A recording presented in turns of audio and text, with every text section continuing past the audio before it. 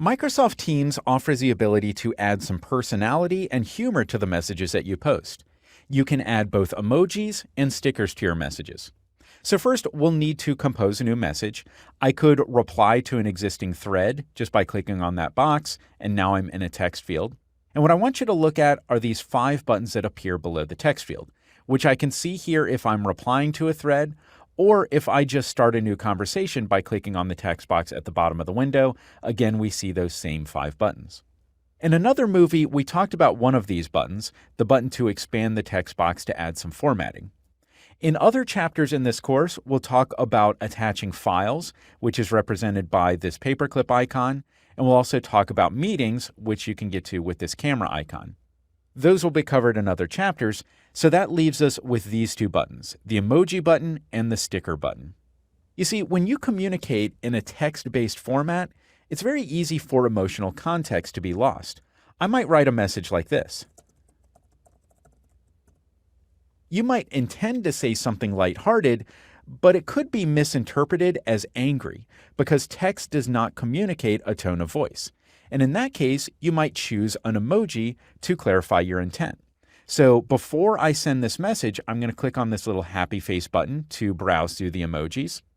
And I could go into this search field and search for a specific word, and maybe I'll find an emoji that relates to what I want to say. Or I could just clear that search and I could simply scroll through this list and find something by browsing through. So find the emoji that you want that clarifies your intent, click on it, and it adds it to that message. And now I can post that message, and I feel a little bit more confident that my emotional intent is communicated with this message. Stickers can be really useful as well, not only for clarifying your emotional context, but also for inserting jokes into a conversation.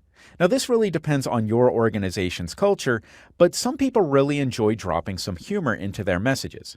So I might write a message like this. And before I send the message, I'm going to click on the stickers button, and I get this window where I can browse through stickers. Again, there's a search field, and then there's a bunch of categories. So you might want to browse through here and choose a category. I like this Team Squatch category, which has these little cartoons about a Sasquatch dealing with the office environment. And I can scroll through here. I can find a sticker that relates to my message, click on that. It's added to the message, and then I can post it. And now I have my message with that sticker added to it here in the conversation. So stickers and emojis are simple and small, but for some people they're essential for making sure their team communications have some personality and humor. The group conversations that happen in channels are visible to all members of the team. If you want to send a private message directed at only one or a few specific team members, you should take a look at the chat feature. To access chats, we'll go to the sidebar over here on the far left and click on the category labeled Chat. Then in this first main column, you'll see a list of recent chats that you've had, and you can continue previous chats here. I don't have any real chats on this list yet, though I do see a chat with a chat bot. We'll talk more about bots later in the course, but this is a help bot. It's a piece of software that you can type messages to ask for help with Teams. You can ask questions and it will respond like a person. But I want to skip that and I want to start a new chat with a real person.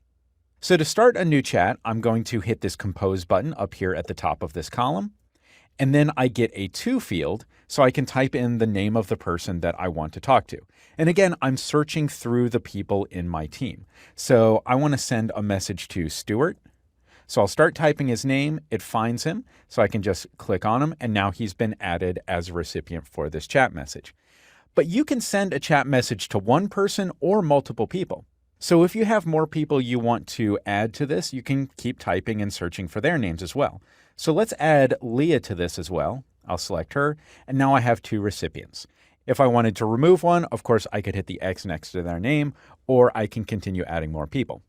But I'm just going to send this message to these 2 people. Then I can click on the text field down here at the bottom. And it's worth noting that you do have the options to expand to get formatting, and you do have the emojis and the stickers button as well. So let me type in my message. So this is a message that only these 2 people will see.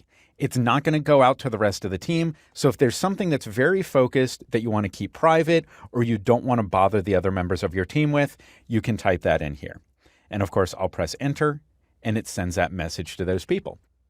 And of course, in a moment, they can respond. And this is what it looks like when I get a response. The chat section works like a text message or instant messaging app. You can send messages here for a little more privacy. And of course, previous chats will appear here over in this list on this column. Now, if I go to a different category in Teams, so if I go back to my Teams conversations over here, now when somebody replies to the chat, I'll see a notification pop up in the bottom right corner. I see there's now a little number next to the chat button on the sidebar on the left, so I know I have a new message. I can click on that. I want to make sure I select the appropriate chat, and I can see the response here. Now, over time, of course, you'll have more and more chats and more messages here.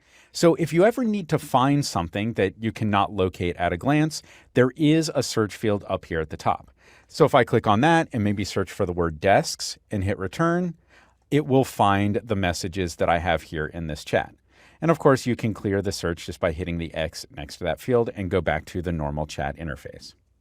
So I'm sure you'll find that chats and conversations will continue to grow with lots more messages.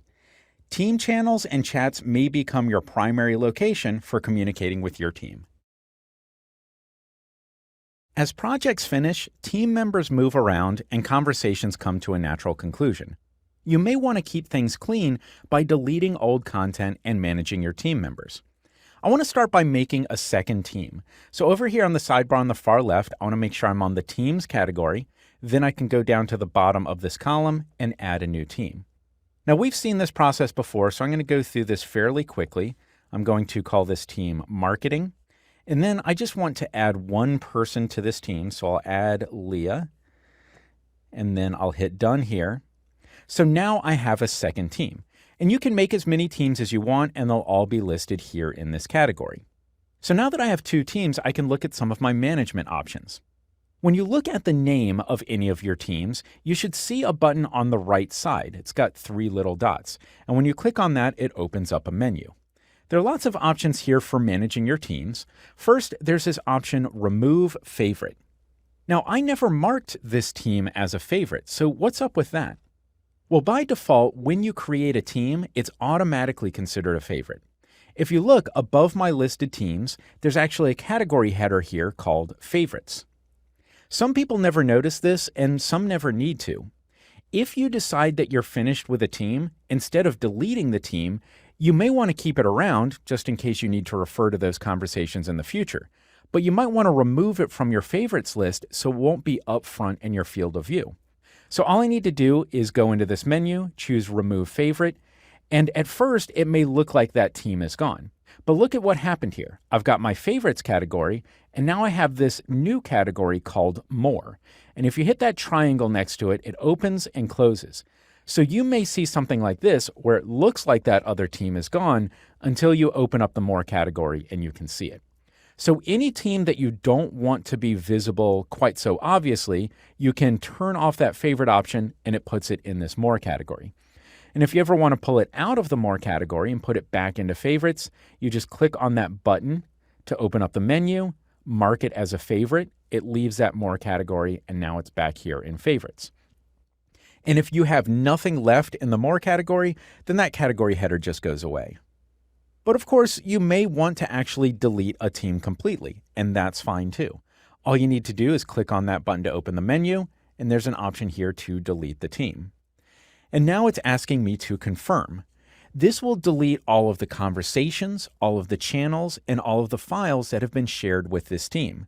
It's not going to affect the Office 365 accounts for the people who are members of the team, but of course their messages in this team will be deleted. And because the team will be gone, these people clearly will not be members of that team anymore. And in this case, that's all fine. So I'm going to click this box to confirm that I understand, then hit Delete Team, and in a moment, that team will be completely gone from my list. And now I'm back down to only one team. You can make as many teams as you want and delete them whenever you want. For the rest of this course, I'm just going to stick with one team. Moving on, what if you want to remove a person from a team? What if you want to remove one of the members? Well, I'm going to go back to that same menu on the right side of the title of the team, and we can see a few options here. I could add a new member from here. I could leave the team myself if I wanted to, but there's nothing here about removing team members. For that, we're going to need to go to this option labeled View Team. Now on this screen, I want you to see that there are 3 tabs at the top: Members, Channels, and Settings. You may see another tab there if your administrator has enabled bots, but we're going to talk about that later in the course. For the moment, I want to stick with Members, where of course we can see a list of all of the people who are members of this team. If you're looking for a specific person and this list is really long and it's hard to find them, you can use this search field up at the top. And there's also a button here to add new members, so there's another way to do that. But if you want to remove somebody from your team, all you need to do is point at one of the team members and you'll see this X will appear. Click on that X and it will remove them from the team. You should also notice that there is a status next to each person. Each person is either an owner or a member. The person who creates the team by default is the owner, and everybody who is invited to join are considered members. And the owner has more permissions. The owner is able to do more things. So for example, I can remove people from this team. A regular member cannot do that, an owner can. I can also change the status of these other team members. So I can click on this menu and I can switch them to owners if I want to. And if you are a normal member, then you do not have permission to change that status for other users. And there are a few other things that only owners can do. Okay, so we can add and remove members. Next, I want to take a look at channels. Remember, channels are those topic organizations where you can have several conversations organized in your teams. If I click on that menu next to a team, or I can even open up that same menu next to one of the channels, I do not see anything about deleting a channel. But if I go back into that option here on the team to view the team, and we're actually already on this page, we can go to the Channels tab, where I can see a list of all of the channels on this team. So over here underneath the team, I can see I have the General channel and the Homepage Redesign channel. Well, I can see those same channels listed over here in this tab. Now, next to this channel, there is another menu button. I can click on that to open it and get some options. That menu is not available for the General channel because that channel is there by default and you're not able to remove it and you're limited. But let's take a look at that menu next to channels that I've created. This is where you would go to edit the channel, which would let you change the title, or you can delete the channel from here. So that's how you can edit and delete channels. While we're here, I also want to take a quick look at the Settings tab. So from here, you can add a picture to your team if you want. That would be visible over here next to the title of the team on the Teams list, and that might be a nice way to get the visuals customized. Then if we scroll down a little bit here, there's a list of all of the permissions granted to normal members on the team. Remember, owners have all of these options available to them, but if for some reason you do not want normal members to be able to delete channels or make @mentions or any of the other things listed here, you can remove those permissions. The changes that you make here are valid only for this one team. So we can add and remove teams, we can add and remove members in a team, we can add and remove channels. Moving down the hierarchy, that just leaves us with messages, which we've seen in another movie. I can go into one of my channels, I can point at a message.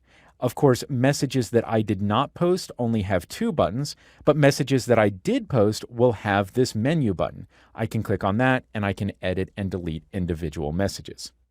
But we dug a little bit deeper into that in another movie previously in this chapter.